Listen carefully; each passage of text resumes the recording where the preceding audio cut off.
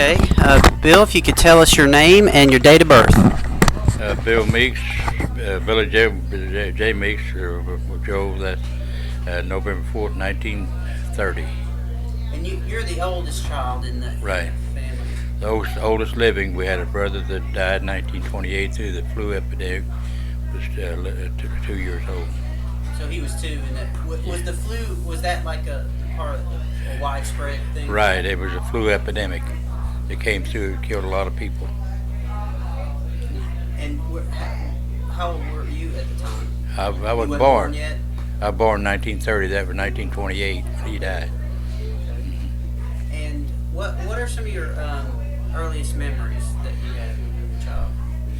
My earliest memories were just, you might say, when we lived in the country back in the 30s, about probably 2.5, 3 years old when we lived out there in a little 2-room house in the woods called Harper Woods. And I can remember us being able to go to town in a wagon and team, and coming home. But it's about 4 miles that we traveled in because we grew up in that area, and I know how far it is to town there. What was the town that you would? Bertrand. Oh, you would ride into Bertrand. No, we was out northwest of Bertrand Northwest of Bertrand. at that time. We wasn't. I was born out there in the woods itself, delivered by a lady out there in the woods. No doctor. And so you said it was a 2-room house that you first Right. lived in. Mm-hmm. And what was the 2 rooms? It was just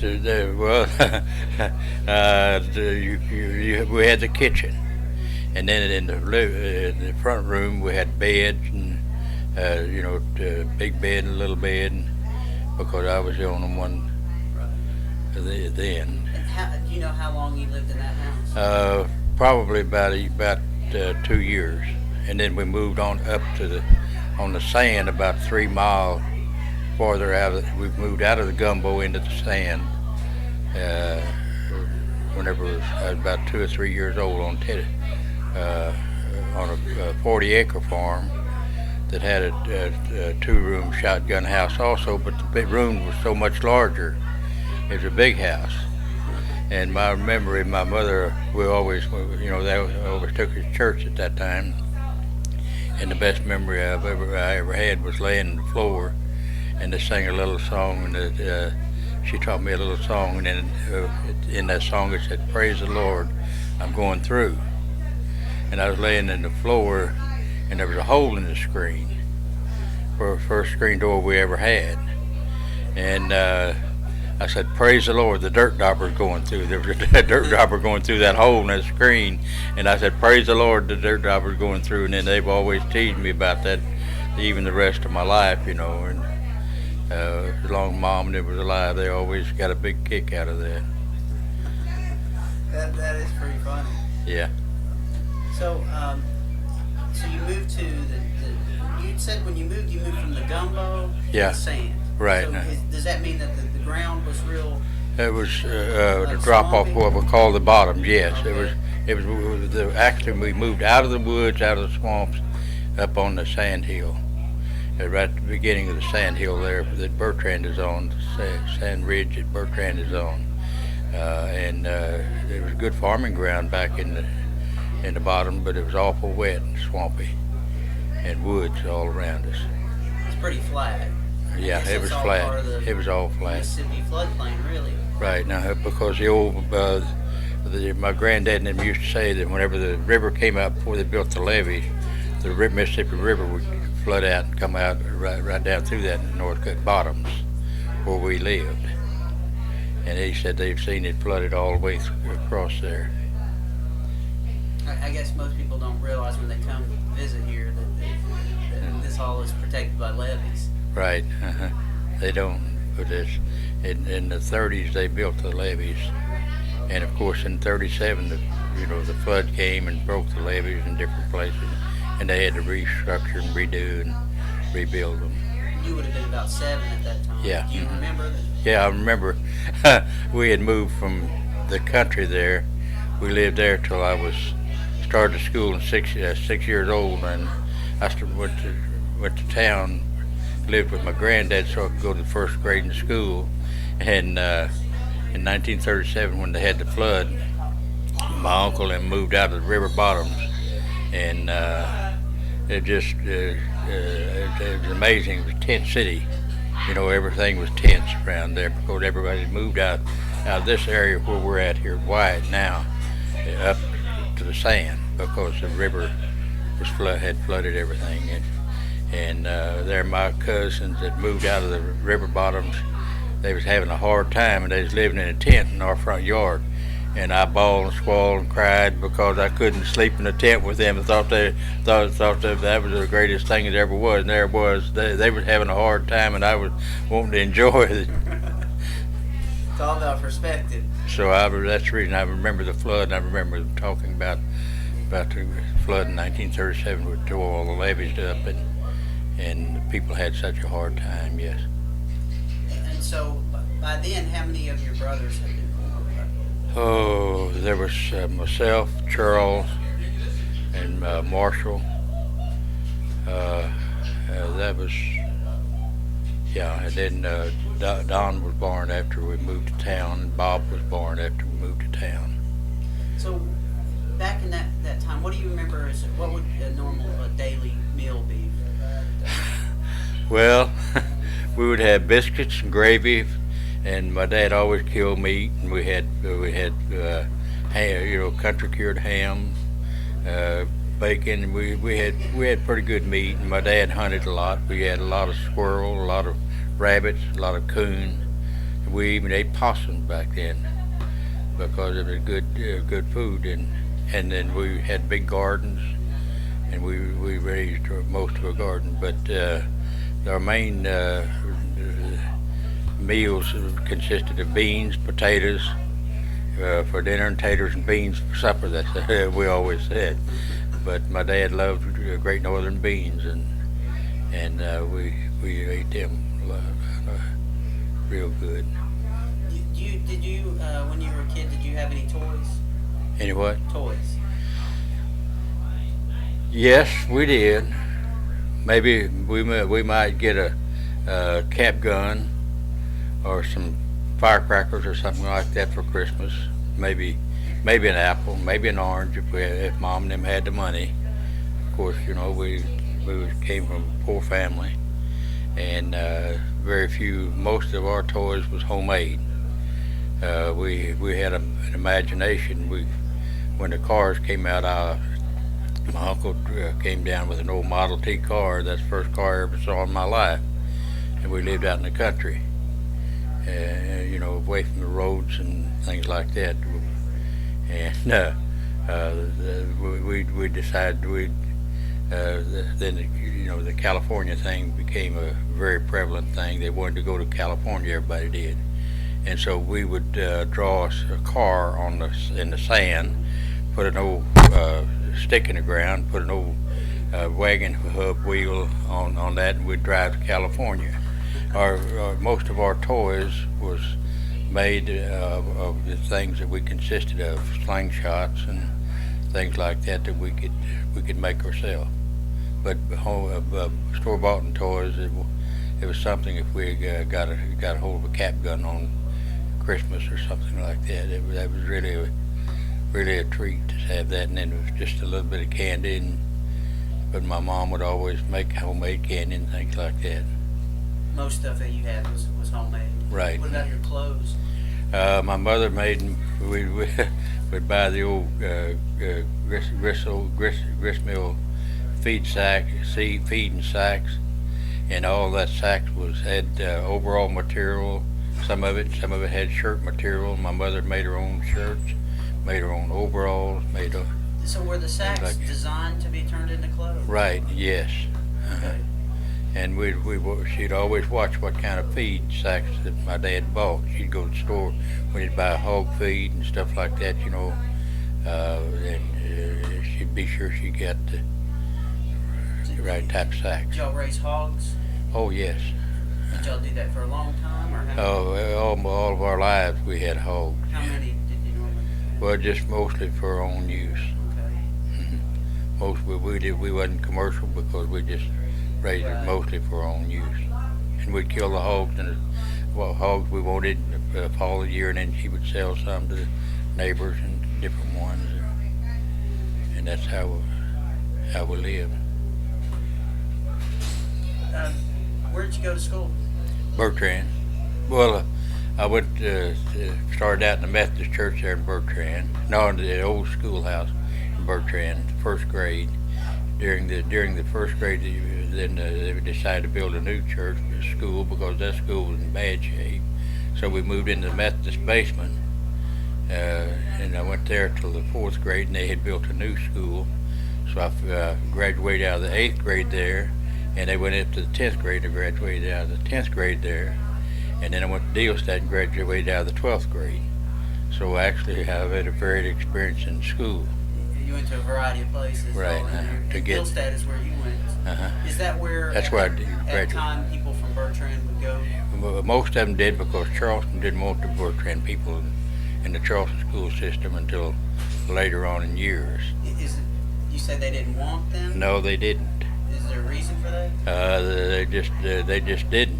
They didn't want to incorporate us into it. Okay. And then when they decided they wanted to incorporate big, well, they voted us in, and we voted against it.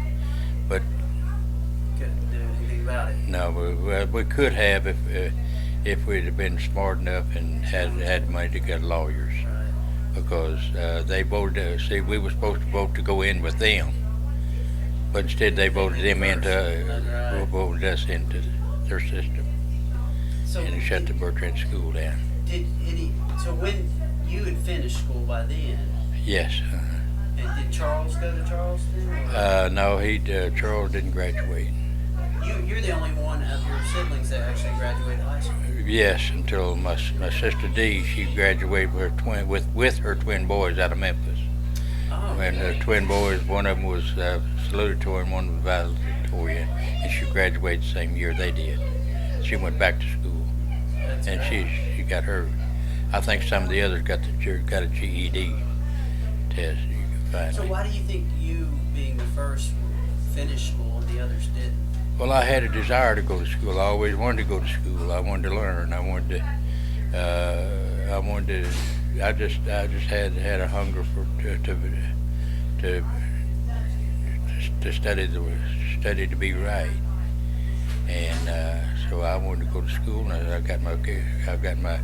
I'd work on the farm with my dad, and then go to school. And whenever I got to be 15 years old, I went to work at the elevator at night, working nights, during grain season, and pulling the old sacks down out of the trucks, and Right there in Bertrand? right there in Bertrand, yeah. Okay. And I worked at that at nights and still went to school because I wanted my education. That's why I worked it.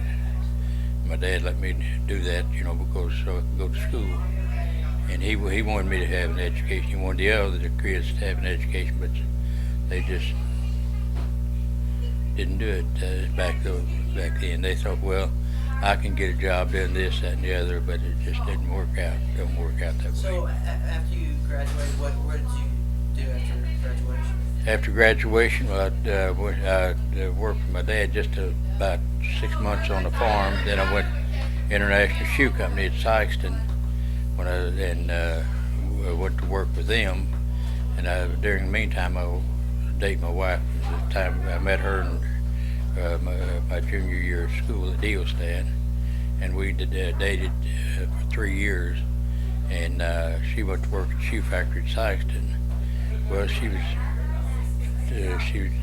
so then I decided to go over there. So I quit my dad and went over there and put my application in. Went to work at International Shoe Company, and decided to get married. So we was making $18 each a week. Boy, that was good money back then. And so we at $36 for the two of us. So we got married and went from there. What year was that?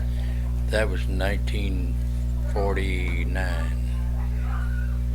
1949, I went to work at the shoe factory. Then of course, Uncle Sam got me, and I went to the Korean War, served 21 months active duty in Korea and came out. Where'd you live when you came back? At Bertrand. In Bertrand? Yeah. When did you become a preacher? Oh, 1968, I think it was. 1968. And what's your wife's name? Laura, And you have how many children? 3 children. What's their names? Gary's the oldest boy, and then Karen was born, and then Daniel Ray, most people call him Boo. He was our youngest. The 3 of them. That's three children. That's the order they were born in. And they all have children. Yeah. They're all my children, yeah. Let me ask you, what are you and your father, what are some of the things that he talked to you about his early life? He talked about how that he, how that he worked and how that he did, how he always wanted to, a man was just as good as his word was. And he said you don't have to have an education to make it in this world. But and he did a good job raising all of us kids. Ended up to be 12 of us too. The first one, the first boy died, and then the last girl that was born was stillborn. And he did a good job of raising all of us and teaching us in the right way. But sometimes, some of them do little things that they shouldn't have did. And Do you know where he grew up? he was born in Success, Arkansas, and they moved from Success, Arkansas to Dealstad, and he grew up mostly around Dealstad. And then they moved. My granddad bought a place there in Bertrand, and they moved to Bertrand. Did you know your grandparents? Oh yes. My grandmother and granddad both, they had a great influence on me as far as reading the Bible, studying the Bible, and wanting to go to church school and to learn, to do the things that they couldn't do themselves. You know what their names were? Yes, Frank Meeks and Bertha Meeks. Bertha Hands Meeks, she was a Hands, and her maiden name was. And do you know where they grew up? Yes, my granddad grew up in Indiana. He was half Indian, and his mother was Indian, full-blooded Indian, and his dad was English, I think he was. Do you know what tribe? No, I sure don't. But They're just Indiana, is all I know. Spencer, Indiana. Somebody told me Spencer County or something. Yeah, That somewhere in sound there. right? That sounds right, yeah. See, my granddad was awful quiet about his life behind him. I don't know if he had anything to hide, or if he tried to hide anything, or if he did anything. But he was good friends with the Youngers and with the James boys, and they would even come to Bertrand to see him. And my dad, Jesse James, and Frank James came later on after Jesse got killed. He came there down to see him quite a bit. And So I've heard this rumor, but that you're the first to kind of give some more confirmation about that. So your grandfather, my great grandfather, they actually knew the James brothers. Yes, yeah. And as I said, he was awful quiet about his past life. And I don't know what the affiliation was. As far as I know, we were no relations to them, just good friends. And he always said the James boys were good boys until those people did what they did to their family. And then they kind of were angry and wanted revenge. Yeah, and that's all he'd ever say about her. So he probably knew a lot more. I'm sure he did. But you know what I mean? You're just being guessing and thinking. That's all you can do. I used to sit for hours at a time and listen to him.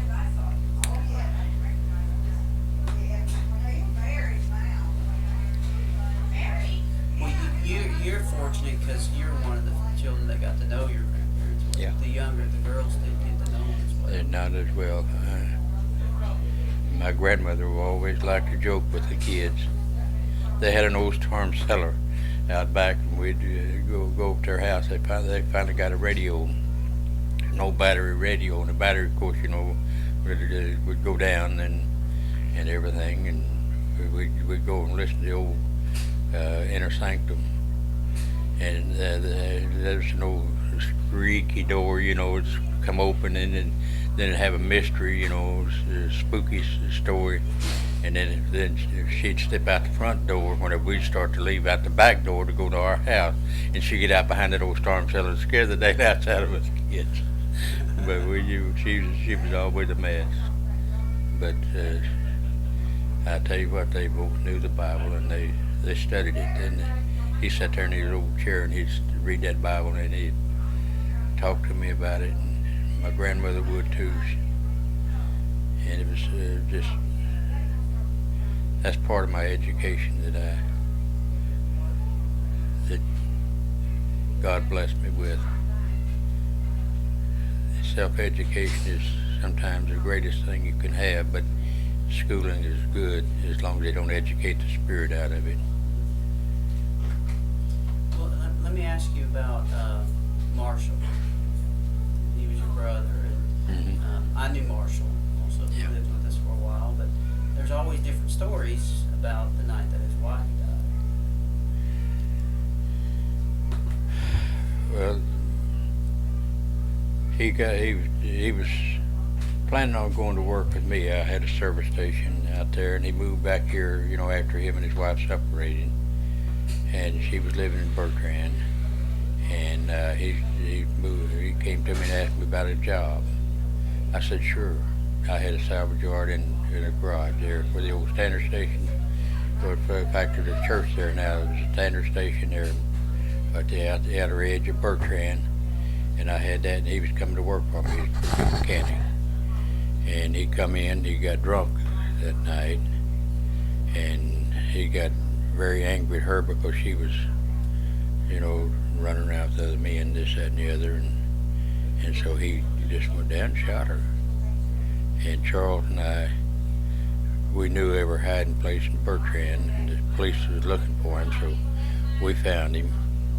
We talked to him, and they told him, said, you might as well go ahead and turn yourself in, Marshall. So we took him down to where the police was gathered around looking for him, and turned him in. And while he was in prison, he turned out real hard. When he came out, he said he didn't believe in God, that he was his own God, and he could do what he wanted to do, and all this, that, and the other. And so he got sick. And during the sickness, Christmas time, and I'll never forget, my wife said, I don't know what we're going to get Marshall for Christmas. I said, I do. We're going to get him a Bible. She said, well, he won't read it. I said, well, whether he reads it or not, he'll have it.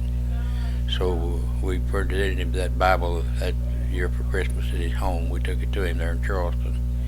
And he looked at it and laid it over on the table, coffee table in front of him. And so we left. We told him, a lot of good reading there, Marshall. So about 3 or 4 months later, he called me and said, Bill, said, I've got to get over to the hospital. I'm sick. I said, okay. So I went over and got him on the way to Sykeston, just past the Bertrand exit. He said, well, Bill, I believe. I said, well, Marshall, what do you believe? He said, I believe Jesus Christ is the Son of God. I said, well, great. I said, the devil also believes. I said, but there's only one difference. You can be saved and he can't. You want to become a Christian? He said, yes. I started to whip off the highway. He said, no, not right now.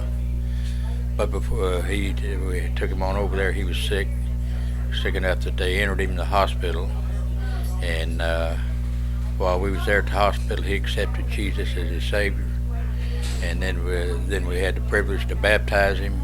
And from that day forward, he come to church as long as he was able. He paid his tithes. Even when he got disabled, he went ahead and he'd have me to come by and he'd pay his tithes. because he was on Social Security disability because of his sickness, you know. And then he died in that condition. So I thank God for that he accepted Christ. Yeah, Marshall's story is pretty powerful. Yeah. And he used to send artwork out of prison. Yeah. Oh, he sent me a lot of artwork out of prison. Some of it wasn't too nice, but I accepted it. But thank God for the change in his life after he did accept Christ. Well, on something else about your father, about his ties to baseball. Do you know about his history of baseball? Did he play when he was younger? Yes, he did. They had an independent team. Albert Peters was a catcher. My dad was pitcher. Lester Peters was first baseman, and Carl Peters was outfielder. Chick Wilmoth, a lot of people give him a lot of credit for baseball, but he didn't play with them. But they had a team, and very few teams ever beat them. They were just independent teams where they could drive to and go to. They could go around here and do. And he was a good pitcher. He taught me how to throw the ball. Of course, I was always a catcher whenever I was growing up. He taught me how to throw the curve balls and this, that, and the other. He taught Flipper Nail and several of the other boys how to throw those curves and things like that. They were good, and we had they got a father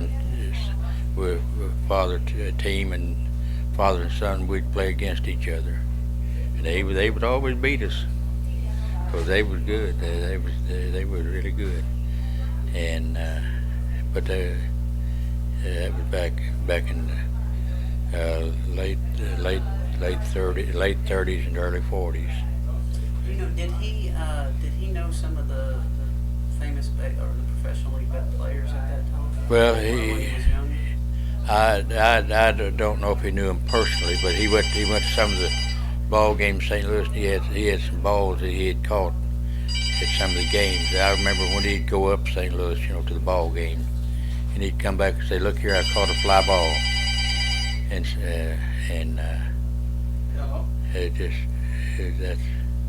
that's the extent of his baseball. And whenever I managed, we had little league everything there in Bertrand, and I managed little league all the way up through Connie Mack. And so how long did you play baseball for? I quit playing after I broke my foot and playing basketball when I was 38 years old. So you played for a long time. Yeah. Did you play in leagues and stuff? Just Bertrand Sandlot League, yeah. So we had some good teams. We had very few of the teams around here could beat us. We played one team that we never could beat. A colored team down at Pinhook, and that colored man had the longest arm. Seemed like whenever he let it swing, it almost hit his ankle, and we couldn't do nothing with him. Man, when that ball come loose, his hand was up there in your face, you might say. Just beat anything I ever seen. But I played quite a bit of ball, and I managed Little League in Connie Mack. We had some good teams there. Whenever we had the Little Leagues there in Bertrand, I managed the team I managed. We went 4 years straight without losing a game. Wow. And we just had some good times. Well, thanks for talking with me. There's a lot more I'd love to ask you, but we don't have the time right now. But thank you. 75 years experience makes a difference. As I told him, I'm 25 now. I have my 25th birthday. Someone said, "Yeah."